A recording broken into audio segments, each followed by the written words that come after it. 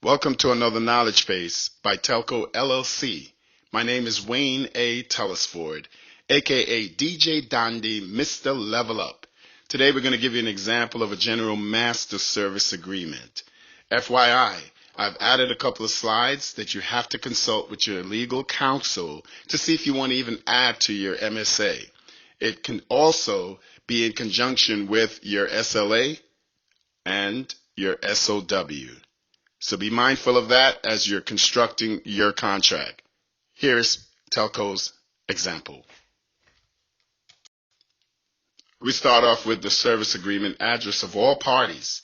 In this example, we have the Me Corp located at 100006 Cross Creek Boulevard in Tampa, Florida, 33618, and that's of course in the USA. And then you have You Solutions located at 100006 North Dale Boulevard Highway in Tampa, Florida, 33648, again in the USA. And your agreement can be anywhere in the world. You just have to put that address on your first page under the service agreement header. Then you move on to another header called the background. In this example, the client is of the opinion that the contractor has the necessary qualifications, experience, and ability to provide service to the client.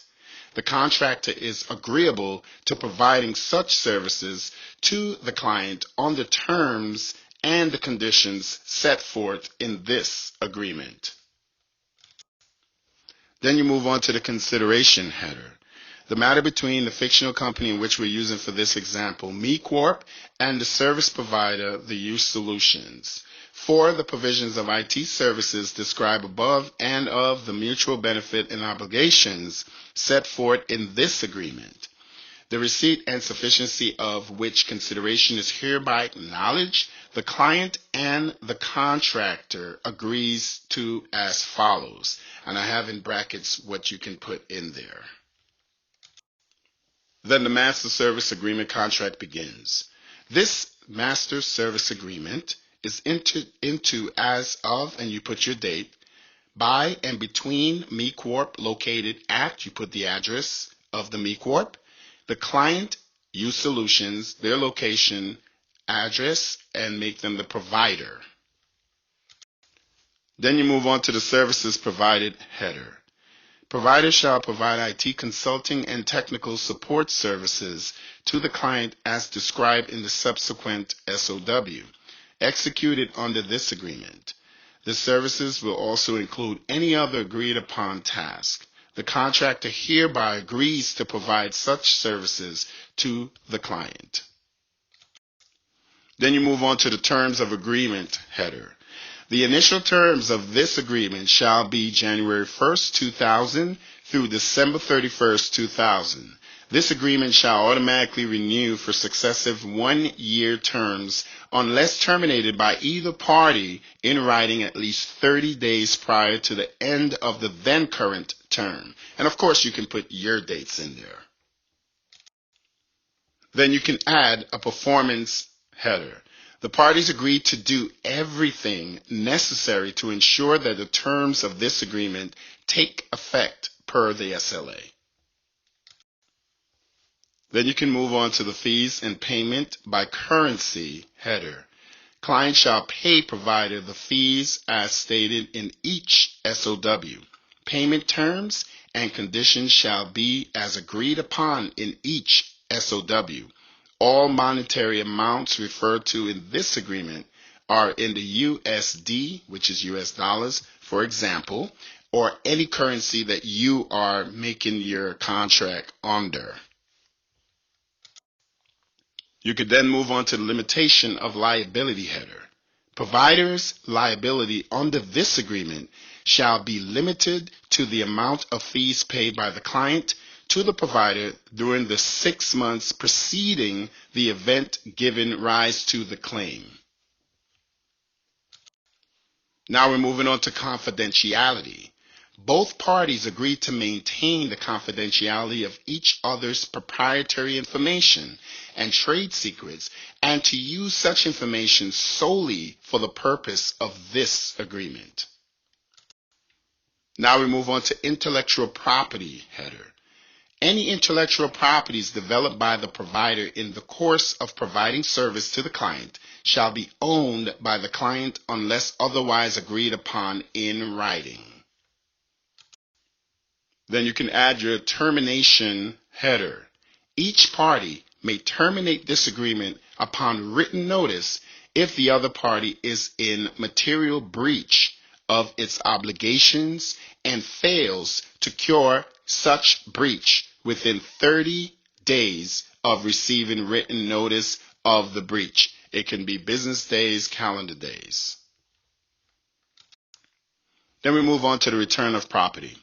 Upon the expiration of termination of this agreement, the contractor will return to the client any property, documentation records, or confidential information which is the property of the client per the SOW.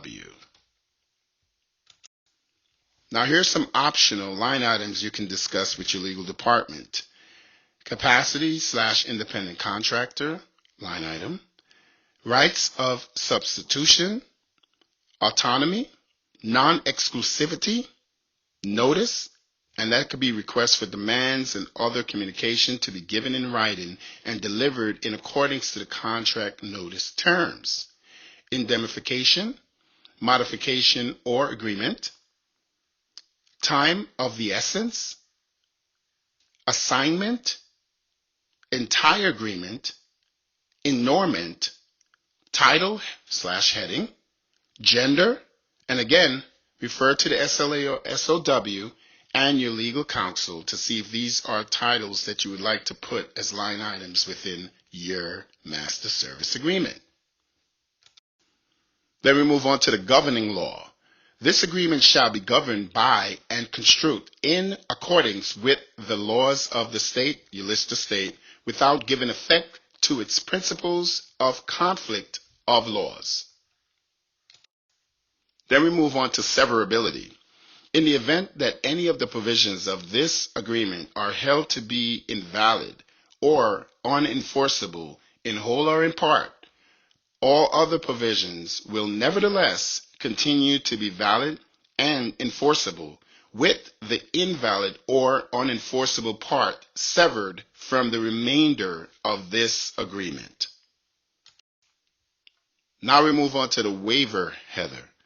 The waiver by either party of a breach, default, delay, or omission of any of the provisions of this agreement by the other party will not be construed as a waiver of any subsequent breach of the same or other provisions.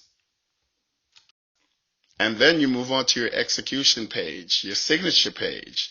In witness thereof, the parties have executed this agreement as of the date above, and it was when it was actually first written. And I put me Corp, and of course you solutions, you put your date, and you are clear to go. All right, so I'm going to read this like if I was doing an auction. This is our privacy statement to get out of any legal ramifications of anyone following these slides. I would, of course, like to have your legal department look over everything that Telco LLC's knowledge-based department brings to you in these slides. So let's see how fast I can go. And even if I mess up, I'm going to leave it on here so you guys can hear how this thing works when you're recording. All right. All right. This example MSA provides a broad framework for the relationship between me Corp. I messed it up. Here we go. This example MSA provides a broad framework for the relationship between me Corp and you solutions, covering general terms and conditions, while specific details such as scope of work, deliverables, and performance matrix would be outlined in a separate SOW executed under the agreement. Please consult with your legal department. I want to do it again. Here we go. This example MSA provides a broad framework for the relationship between me Corp and you solutions, covering general terms and conditions, while specific details such as scope of work, deliverables, and performance matrix will be outlined in separate SOWs executed under the agreement. Please consult with your legal department before executing any agreement brought to you by KB by Telco LLC. Telco LLC, all rights reserved. Thank you guys for listening.